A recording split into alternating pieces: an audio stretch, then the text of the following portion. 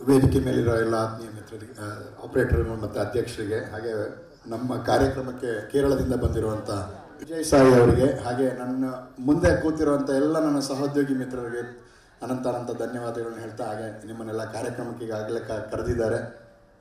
ನಾವು ಮಾತಾಡ್ತಿರ್ಬೇಕಾದ್ರೆ ನಮ್ಮ CL Ramu sir ಅವರು ನಮ್ಮ ಅಸೋಸಿಯೇಷನಿನ ಎಲ್ಲ ಕಥೆಗಳನ್ನ ಹೇಳ್ತಾ ಬಂದರು. ಒಂದು ತಿಂಗಳು ಸ್ಟಾರ್ ಟಿವಿನ ಆಫ್ ಮಾಡಿದ್ವಿ, ಸ್ಟಾರ್ ಟಿವಿ ಬಾಗಿಲನ್ನು ಮುರಿದ್ವಿ, ಸ್ಟಾರ್ ಟಿವಿನೆಲ್ಲ ಕಾಪಾಡ್ಕೊಂಡ್ಬಂದ್ವಿ. ಅವತ್ತಿಂದ ಪ್ಯಾಟ್ರಿಕ್ ಸರ್ ಜೊತೆಗೆ ನಮ್ಮ ಒಡನಾಟ ಎಲ್ಲ ಥರದಲ್ಲೂ ಬೆಳೀತಾ ಬರ್ತಾ ಇತ್ತು.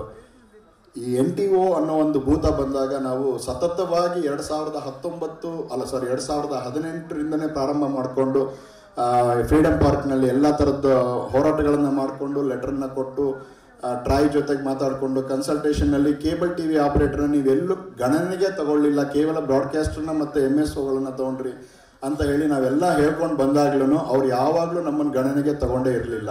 ಈಗಲೂ ಸಹ ನಮ್ಮನ್ನು ಅವ್ರು ಯಾರೂ ಪರಿಗಣನೆ ಮಾಡ್ತಾ ಇಲ್ಲ. ಯಾಕೆಂದರೆ ಸ್ನೇಹಿತರೆ, ನಮ್ಮಲ್ಲಿ ಏನೇ ಅಸೋಸಿಯೇಷನ್ ಇದ್ದು ಒಗ್ಗಟ್ಟಿದ್ದು ನಾವೇನೇ ಮಾಡಿದ್ರು ಕಾಣದ ಕೈಗಳು ಅವರಿಗೆ ಬೇಕಾಗಿರುವಂಥ ದೊಡ್ಡ ದೊಡ್ಡ ಕಾರ್ಪೊರೇಟ್ ಕಂಪನಿಗಳನ್ನು ಬೆಳೆಸಬೇಕು ಅನ್ನೋ ಉದ್ದೇಶಕ್ಕೆ ನಮ್ಮನ್ನು ತುಳಿಬೇಕು ಅನ್ನೋ ಒಂದು ಹುನ್ನಾರದಲ್ಲಿ ಅವರೆಲ್ಲ ಮಾಡ್ತಾ ಇದ್ದಾರೆ.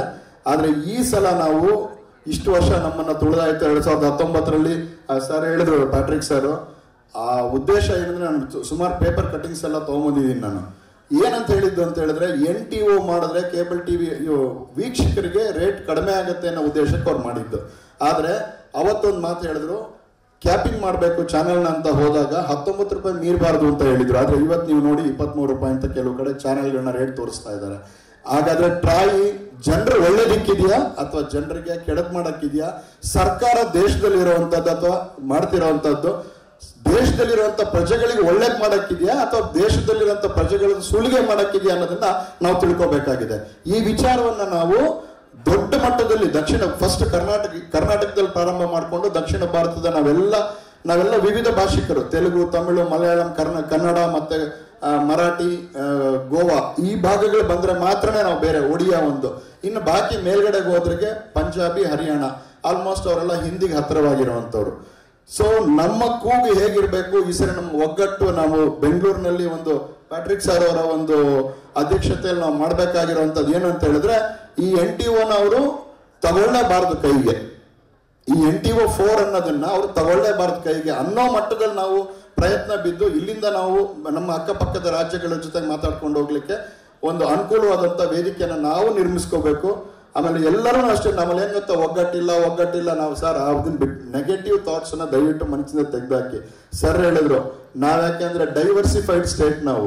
ನಮ್ಮಲ್ಲಿ ನೋಡಿ, ನಿಮ್ಮ ಊರಿಗೆ ಬಂದ್ರೆ 3 ಕಿಲೋಮೀಟರ್ ಆಚೆ ಕಡೆಗೆ ಹೋಗ್ಬಿಟ್ರೆ ಮೋಸ್ಟ್ಲಿ ಆಂಧ್ರಾಗ ಹೋಗ್ತೀವಿ ಅನ್ಸುತ್ತೆ, ಆ ಕಡೆಗೆ ಬಂದ್ರೆ ತಮಿಳ್ನಾಡಿಗೆ ಹೋಗ್ತೀವಿ, ನಮ್ಮ ಕಡೆಗೆ ಬಂದ್ಬಿಟ್ರೆ ಮಹಾರಾಷ್ಟ್ರ, ಬೆಳಗಾಂ ಕಡೆ ಹೋಗ್ಬಿಟ್ರೆ ಮಹಾರಾಷ್ಟ್ರಕ್ಕೆ ಹೋಗ್ಬಿಡ್ತೀವಿ. ಸೊ ಎಲ್ಲಾ ತರದ ಲ್ಯಾಂಗ್ವೇಜ್ ಅನ್ನು ಕೊಡ್ಲೇಬೇಕು ನಾವು.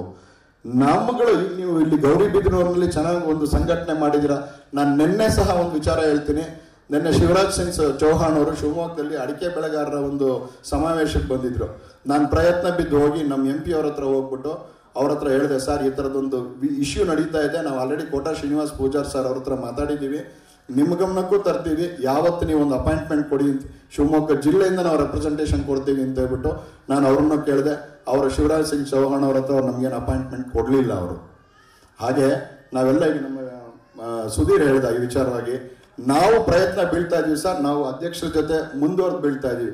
ಇನ್ನು ಕೇರಳದ ಬಗ್ಗೆ ಹೇಳಬೇಕು. ಕೇರಳದಲ್ಲಿ ನಾವು ಟ್ರೇಡ್ ಶೋಗೆಲ್ಲ ಹೋದಾಗ KVCL, Kerala vision cable network limited, ಅವರು 11 lakh children, sir 11 lakh something broadband connections you have got, 12.5 lakhs. ನಾನು ಕೇಳಿದಾಗ ಅವರಿಗೆ 11.25 ಲಕ್ಷ ಕನೆಕ್ಷನ್ ಇತ್ತು. ಇದು ಕೇಬಲ್ ಆಪರೇಟರ್ಗಳಿಂದ ಮಾತ್ರನೇ. ಅವರು OTT ಕೊಡ್ತಿದ್ದಾರೆ, IPTV ಕೊಡ್ತಿದ್ದಾರೆ, ಎಲ್ಲ ಕೊಡ್ತಾರೆ. ನಾನು ಪ್ಯಾಟ್ರಿಕ್ ಸರ್ ಹತ್ರ ಮಾತಾಡಿದೆ ಅಲ್ಲಿ ಬಂದಾಗ. ನೆಕ್ಸ್ಟ್ ಹೇಳಿದಾಗ, ಇಲ್ಲ ರಘುಪತಿ ನಾನು ಮಾತಾಡ್ತೀನಿ ಆ ವಿಚಾರವಾಗಿ, ಮುಂದುವರಿಯೋಣ ನಾವು ನೋಡಿ. ಒಂದೆರಡು ನಿಮಿಷ ಮತ್ತೆ ಎಕ್ಸ್ಟ್ರಾ ಹೇಳ್ಬಿಡ್ತೀನಿ. KCL ಅಂತ ತಗೊಂಡ್ಬಂದಾಗ ಇದೇ ಫ್ರೀಡಮ್ ಪಾರ್ಕ್ನಲ್ಲಿ ಕುತ್ಕೊಂಡು ಅವರಿಗೆ ಫಸ್ಟ್ ನಾವು, ಸರ್ ನೀವು ತನ್ನಿ, ನಿಮ್ಮ ಹಿಂದೆ ಇರ್ತೀವಿ ಅಂತ ನಿಂತ್ಕೊಂಡವ್ರು ನಾವು. ನಮ್ಮ ಶಿವಮೊಗ್ಗದಲ್ಲಿ ಕಾರಣಾಂತರಗಳಿಂದ ನಾವು ಅವ್ರಿಗೆ ಕೈ ಜೋಡಿಸೋಕ್ಕಾಗಲಿಲ್ಲ. ಆದರೆ ನಮ್ಮ ಮಂಡ್ಯ ಮತ್ತೆ ಚಿಕ್ಕಮಂಗ್ಳೂರಿನ ಮಿತ್ರರು ಅವ್ರ ಜೊತೆ ಕೈ ಜೋಡಿಸಿ ಕರ್ನಾಟಕದೊಳಗಡೆ ಅವ್ರನ್ನ ಒಳಗೆ ತಗೊಂಡು ಬಂದ ಮೇಲೆ 2020 ಜನವರಿ 26ನೇ ತಾರೀಕು ಅವ್ರು ಫಸ್ಟ್ ಸಿಗ್ನಲ್ ಆನ್ ಮಾಡಿದ್ದವರು. ಸರ್ ನಾವು 20 ತಾರೀಕು ಅವ್ರಿಗೆ ಸಿಗ್ನಲ್ ಬರ್ತಿದೆ. IP ಅಪ್ಪಾಗಿದ್ದವರಿಗೆ ಪೊಂಗಲ್ ಸಂಕ್ರಾಂತಿ ದಿನ ಸಂಕ್ರಾಂತಿ ದಿನ ಹಬ್ಬ ಆಯ್ತು, ಇಲ್ಲಿ ಸ್ಟೇಜಲ್ಲೇ ಕೂತಿದ್ದಾರೆ ನಮ್ಮ ಸ್ನೇಹಿತರು ಮಂಜುನಾಥ್ ಅವರು. ಅವತ್ತು ನಮ್ಮ ಹತ್ರ 168 ರೂಪಾಯಿ ತಗೊಳ್ತಾ ಇದ್ರು ಕನ್ನಡ ಪ್ಯಾಕಿಗೆ ಹ್ಯಾಥ್ವೇನವರು. ಅದ್ರಲ್ಲಿ ಯಾವುದೋ ಒಂದು ಚಾನಲ್ ಇರ್ತಿರ್ಲಿಲ್ಲ. 183 ರೂಪಾಯಿ ತಗೊಳ್ತಿದ್ರು ಡೆನ್ ಅವರು ಎಲ್ಲ ಕನ್ನಡ ಚಾನಲ್ಗೆ. ಸರ್, ಒಂದೇ ಸಲಕ್ಕೆ ಚಿಕ್ಕಮಗಳೂರಿಗೆ IP ಹಬ್ಬ ಆಯ್ತು ಅನ್ನೋ ಒಂದೇ ಉದ್ದೇಶದಲ್ಲಿ ಜನವರಿ 17ನೇ ತಾರೀಕು 2020ನೇ ಇಸ್ವಿಯಲ್ಲಿ ಪಟ್ ಅಂತ ಹೇಳ್ಬಿಟ್ಟು 120 ರೂಪಾಯಿ ಹೇಳ್ಕೊಂಡ್ಬಂದ್ರು. ಹೆಂಗ್ ಸರ್ ತಂದ್ರು ಅವರು? KCL ನ ಒಳಗಡೆ ಬಂತು ಅನ್ನೋ ಉದ್ದೇಶಕ್ಕೆ ತಗೊಂಡ್ಬಂದ್ರು. ಅಲ್ಲಿಂದ 6 ತಿಂಗಳು ಬಿಟ್ಟು ಯು ಡಿಜಿಟಲ್ ಮಂಜುನಾಥ್ ಅವ್ರು ಬೆಳೆದ ಬಂದ್ರು. ಆವಾಗಿಂದ 1 ರೂಪಾಯಿ ಜಾಸ್ತಿ ಮಾಡಿರ್ಲಿಲ್ಲ. ಈಗ ಮೊನ್ನೆ ಏನೋ ತಗೊಂಡ್ಬಂದ್ಬಿಟ್ಟು ಅದನ್ನ 20 ರೂಪೀಸ್ ಇದ್ದೀನೋ ಒಂದು 9 ರೂಪೀಸ್ ಏನೋ ಜಾಸ್ತಿ ಮಾಡಿ ಅಲ್ಲಿಗೆ ತಗೊಂಬಂದು ಅದು 1 ಇಯರ್ ಆಯ್ತು ಅಂತ ಕಾಣುತ್ತೆ, ಅದನ್ನು ಆಗ್ಬಿಟ್ಟು. ಸರ್, ಇದು ಲೋಕಲ್ ಹೆಡ್ ಎಂಡ್ಗಳು, ಲೋಕಲ್ MSOಗಳು ಅವ್ರ ಜೊತೆಗಿರುವಂತದ್ದು. ಈಗ ಯಾರು ಹೇಳಿದ್ರು ಜಂಪಿಂಗ್ ಫ್ರಾಗ್ ಆಗ್ಬೇಡಿ ಅಂತ ಯಾರೋ ಹೇಳಿದ್ರು. ಸರ್ ಹೇಳಿದ್ರು, ಸರ್ ನಿಮಗೆ 3 ತಿಂಗಳು ಫ್ರೀ ಕೊಡ್ತಾರೆ. ಎಷ್ಟು ದುಡ್ಡು ಉಳಿಯುತ್ತೆ? 120 ರೂಪಾಯಿ 100 ಕನೆಕ್ಷನ್ಗೆ 120 ರೂಪಾಯಿ ಇಂಟು 100 ಕನೆಕ್ಷನ್ ಎಷ್ಟು ದುಡ್ಡು ಆಯ್ತು? ಒಂದು ಬಾಕ್ಸ್ ಕೊಡ್ತಾರೆ. ಏನ್ ಮಾಡ್ತೀರಾ? ನಿಮ್ದು ಬೆಲೆ ಅಷ್ಟೇನಾ? ಮಾರ್ಕೊಳ್ತಿದ್ದೀರಾ ನೀವು? ನಾನು ಸ್ವಲ್ಪ ಕಟುವಾಗಿ ಹೇಳ್ತೀನಿ, ದಯವಿಟ್ಟು ಬೇಜಾರಾಗಬೇಡಿ. ಮಾರ್ಕೊಳ್ತಿದ್ದೀರಾ? ಏನಕ್ಕೆ ಮಾರ್ಕೊಳ್ತೀರಾ? ಇರೋ ನೆಟ್ವರ್ಕ್ ಜೊತೆಗೆ ಹೊಡೆದಾಡಿ ಸರ್. ಏನ್ ಬೇಕು ಅನ್ನೋದನ್ನ ಕೇಳಿ. ಅಲ್ಲಿ ಅನಿವಾರ್ಯತೆ ನೀವು ಅವ್ರಿಗೆ ಸೃಷ್ಟಿ ಮಾಡಿ, ಅವ್ರು ನಿಮಗೆ ಸೃಷ್ಟಿ ಮಾಡೋದು ಬೇಕಾಗಿಲ್ಲ ಸರ್. ನಾವು ಲೋಕಲ್ ಕೇಬಲ್ ಆಪರೇಟರ್ ಇದ್ರೆ MSOಗಳು ದಯವಿಟ್ಟು ತಲೆಯಲ್ಲಿ ಇಟ್ಕೊಳ್ಳಿ. ನಾವಿಲ್ಲ ಅಂದ್ರೆ ಅವ್ರು ಏನೂ ಇಲ್ಲ, ಅವ್ರು ಏನೂ ಇಲ್ಲ. ಇದೇ ವೇದಿಕೆ ಕೂತಿರುವಂತ ಸೋಮಶೇಖರ್ ಅವರು ಇದ್ದಾರೆ. ಕರ್ನಾಟಕದಲ್ಲಿ ಅವಾಗ ಡೆನ್ ಒಂದೇ ಇತ್ತು. ನಾನು ಮಂಜುನಾಥ್ ಕೇಳ್ತಾ ಇದ್ದೆ, ಬನ್ನಿ ಸರ್ ಬೆಂಗಳೂರಿನ ಬಿಟ್ಟು ಹೊರಗಡೆ ಅಂತ. ಬೇಡಾಗರು, ನಾನು ಆರಾಮಾಗಿದ್ದೀವಿ ಬೆಂಗಳೂರು. ಎಲ್ಲೋ ಮಂಜು ಅವಾಗ ಹೇಳ್ಬಿಟ್ರು. ಅವ್ರು ಬರ್ಲೇ ಇಲ್ಲ. ಅವರು ಡಿಜಿಟೈಸೇಷನ್ ಆದ್ಮೇಲೆ ಒಳಗಡೆ ಬಂದ್ರು. ಅದಕ್ಕೆ ಮುಂಚೆ ಯಾರಿದ್ರು? ಸೋಮಶೇಖರ್ ಅವರು ಇದ್ರು. ಡೆನ್ ಬಿಟ್ರೆ ಸೋಮಶೇಖರ್, ಅವಾಗ ಅಮೋಘ ಅಂತಿತ್ತು. ಅವಾಗ್ಲೂ ಸೋಮಶೇಖರ್ ಅವ್ರ ಕಿಂಗ್. ಬ್ರಾಡ್ಬ್ಯಾಂಡ್ ಲೈನ್ಗಳನ್ನ ಹೇಗೆ ತಗೊಂಡ್ಬಂದ್ರು ಅವ್ರು ಅಂತ ಹೇಳಿದ್ರೆ, ರೈಲ್ವೇನಲ್ಲಿ ಅವ್ರ ಹೆಸರು ಹೇಳಿದ್ರೆ ರೈಲ್ವೆ ಸ್ಟೇಷನ್ ಅಲ್ಲಿ ಈಗ ಹೋಗ್ಬಿಟ್ಟು ನೀವು ಇವತ್ತಿಗೂ ನಾನು ಹೆಮ್ಮೆಯಿಂದ ಹೇಳ್ಕೊಳ್ತೀನಿ, ಸೋಮಶೇಖರ್ ಅವ್ರ ಹೆಸರು ಹೇಳಿದ್ರೆ ಇವತ್ತಿಗೂ 2-3 ಸ್ಟೇಷನ್ಗಳಲ್ಲಿ ಸರ್ ಹೇಗಿದ್ದಾರೆ ಅಂತ ಕೇಳ್ತಾರೆ ಅಲ್ಲಿರೋ ಎಂಪ್ಲಾಯೀಸ್. ಅಷ್ಟು ಅವ್ರದ್ದು ಚಾರ್ಮ್ ಇತ್ತು. ಯಾರಿಂದ ಸರ್ ಎಲ್ಲ ಹಾಳಾಗಿದ್ದು? ನಮ್ಮ ಆಪರೇಟರ್ಗಳಿಂದ ಸರ್, ನಮ್ಮ ದುರಾಸೆಗಳಿಂದ ಸರ್ ಹಾಳಾಗಿದ್ದು. ಅವತ್ತು ನಾವು ಅದೇ ಒಂದು ಸ್ಟ್ಯಾಂಡ್ ಅಲ್ಲಿ ನಿಂತ್ಕೊಂಡಿದ್ದಿದ್ರೆ ಇವತ್ತು ನಮ್ಮನ್ನು ಯಾರು ಅಲ್ಲಾಡ್ಸಕ್ ಆಗ್ತಿಲ್ಲ. ಕರ್ನಾಟಕದವರೆಗೂ ಕೇರಳದವರು ಆಂಧ್ರದವರು ನಮ್ಮನ್ನ ಕೇಳ್ತಿದ್ರು, ಓ ನೋಡಿ ಅವರು ಚೆನ್ನಾಗಿದ್ದಾರೆ, ಅವರಲ್ಲೂ ಒಗ್ಗಟ್ಟಿದೆ ಅಂತ ಹೇಳ್ಬಿಟ್ಟು. ಸರ್, ಇಷ್ಟಿದು ಹಿಸ್ಟ್ರಿ ಆಗೋಯ್ತು. ಇನ್ನು ಮುಂದೇನಾದ್ರೂ ನಾವು ಒಗ್ಗಟ್ಟಾಗಿದ್ದು ಬಲವಾಗಿದ್ದು ಈ ಸಂಘಟನೆ ಜೊತೆಗೆ ನಾವಿದ್ದು ಪ್ಯಾಟ್ರಿಕ್ ರಾಜು ಸರ್ನ ಕೈ ಬಲಪಡಿಸ್ಕೊಂಡು ಪ್ರತಿ ಜಿಲ್ಲೆ, ಪ್ರತಿ ತಾಲೂಕು, ಪ್ರತಿ ಹೋಬಳಿಯಲ್ಲಿ ಆಪರೇಟರ್ಗಳು ನಾವು ಒಗ್ಗಟ್ಟಾಗಿದ್ಬಿಟ್ಟು ನಾವು ಬೆಳ್ಕೊಂಡು ಹೋದ್ರೆ ಸರ್ ಅವ್ರನ್ನು ಬೆಳೆಸ್ತೀವಿ, ನಾವು ಬೆಳಿತೀವಿ, ನಾವು ಉಳಿತೀವಿ, ಅವರು ಉಳಿತಾರೆ. ಎಲ್ಲ ಉಳಿದ್ರೆ ಮಾತ್ರ ನಾವು ಈ ಒಂದು ಇಂಡಸ್ಟ್ರಿನ ಇನ್ನೂ 10 ಅಲ್ಲ 15 ವರ್ಷ ತಗೊಂಡೋಗ್ಬೋದು, 20 ವರ್ಷ ತಗೊಂಡೋಗ್ಬೋದು. ಟೆಕ್ನಾಲಜಿ ಜೊತೆಗೆ ನಾವು ಬದಲಾಗ್ತಾ ಹೋಗ್ಬೇಕು.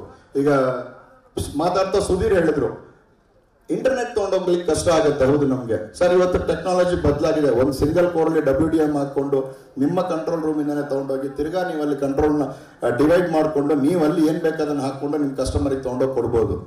ನಾವು ಅಪ್ಡೇಟ್ ಆಗಿಲ್ಲ ಅಂದ್ರೆ ಔಟ್ಡೇಟ್ ಆಗ್ತೀವಿ. ಕಸ್ಟಮರ್ಗೆ ಏನ್ ಬೇಕಾಗಿದೆ ಗೊತ್ತಾ? ಅವ್ರಿಗೆ ಇವತ್ತು ಲೇಟೆಸ್ಟ್ ಟೆಕ್ನಾಲಜಿ. ಸರ್ ನಾನು ಇಂಟರ್ನೆಟ್ ಸರ್ವಿಸ್ ಪ್ರೊವೈಡರು. ನನ್ನ ಹತ್ರ ಒಬ್ಬ ಕಸ್ಟಮರ್ ನೆಟ್ಫ್ಲಿಕ್ಸ್ ಹಾಕ್ಸ್ಕೊಂಡಿಲ್ಲ. ಸುಮ್ಮನೆ ಕತೆ ಬಿಡ್ತಾರೆ. ಹಾಕ್ಸ್ಕೋಬೇಕಾದ್ರೆ ಎಲ್ಲಾದ್ರೂ ಕೇಳ್ತಾರೆ, ನಂಗೆ ಅದಿದ್ಯಾ ಇದಿದ್ಯಾ ಅದಿದ್ಯಾ ಅಂತ. ಯಾರು ಕೇಳಲ್ಲ. ಅವ್ರಿಗೆ ಬೇಕಾಗಿರೋ ಚಾನೆಲ್ ಅನ್ನ ನೀಟಾಗಿ ನಾವು ಕೊಟ್ಟು. ಇನ್ನೊಂದು ಮಾತು ಹೇಳ್ತೀನಿ, DTH ಹೋಗಿರೋ ಕಸ್ಟಮರ್ ಹತ್ರ 6 ತಿಂಗಳು ನಾನು 1 ರೂಪಾಯಿ ದುಡಿಮೆ ಮಾಡಿಲ್ಲ ಅಂತ ಹೋಗಿ ಸರ್. ನಾನು ಮೊನ್ನೆ ಬಂದಾಗ ಇವ್ರದ್ದು ನಮ್ಮ ಸತ್ಯನಾರಾಯಣ ಅವ್ರದ್ದೊಂದು ಪ್ಯಾಂಪ್ಲೆಟ್ ನೋಡಿದೆ. ನಮಗೆ ಸಭೆ ಕರೆದಾಗ ಅದನ್ನು ಕೊಟ್ಟಿದ್ರು. ನಾನು ಇಂಪ್ಲಿಮೆಂಟ್ ಮಾಡಿದೆ sir. Believe it or not, ನಾನು ಅವ್ರನ್ನ ಮೀಟ್ ಮಾಡಿ ಆಲ್ಮೋಸ್ಟ್ ಒಂದು 42 ಡೇಸ್ ಆಗಿರ್ಬೋದು.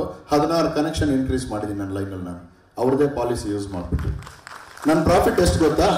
ನನ್ನ ಪ್ರಾಫಿಟ್ ಬರೀ 60 ರೂಪಾಯಿ. ನಾನು ಅದಕ್ಕೆ ಪ್ರಾಫಿಟ್ ಅಂತ ಹೇಳ್ತಿಲ್ಲ, ಅದನ್ನ ಒಂದು ಸರ್ವಿಸ್ ಅಂತ ಇಟ್ಕೊಂಡಿದ್ದೀನಿ. 6 ತಿಂಗಳಾದ್ಮೇಲೆ ನಾನು ಲಾಭ ಮಾಡ್ತೀನಿ.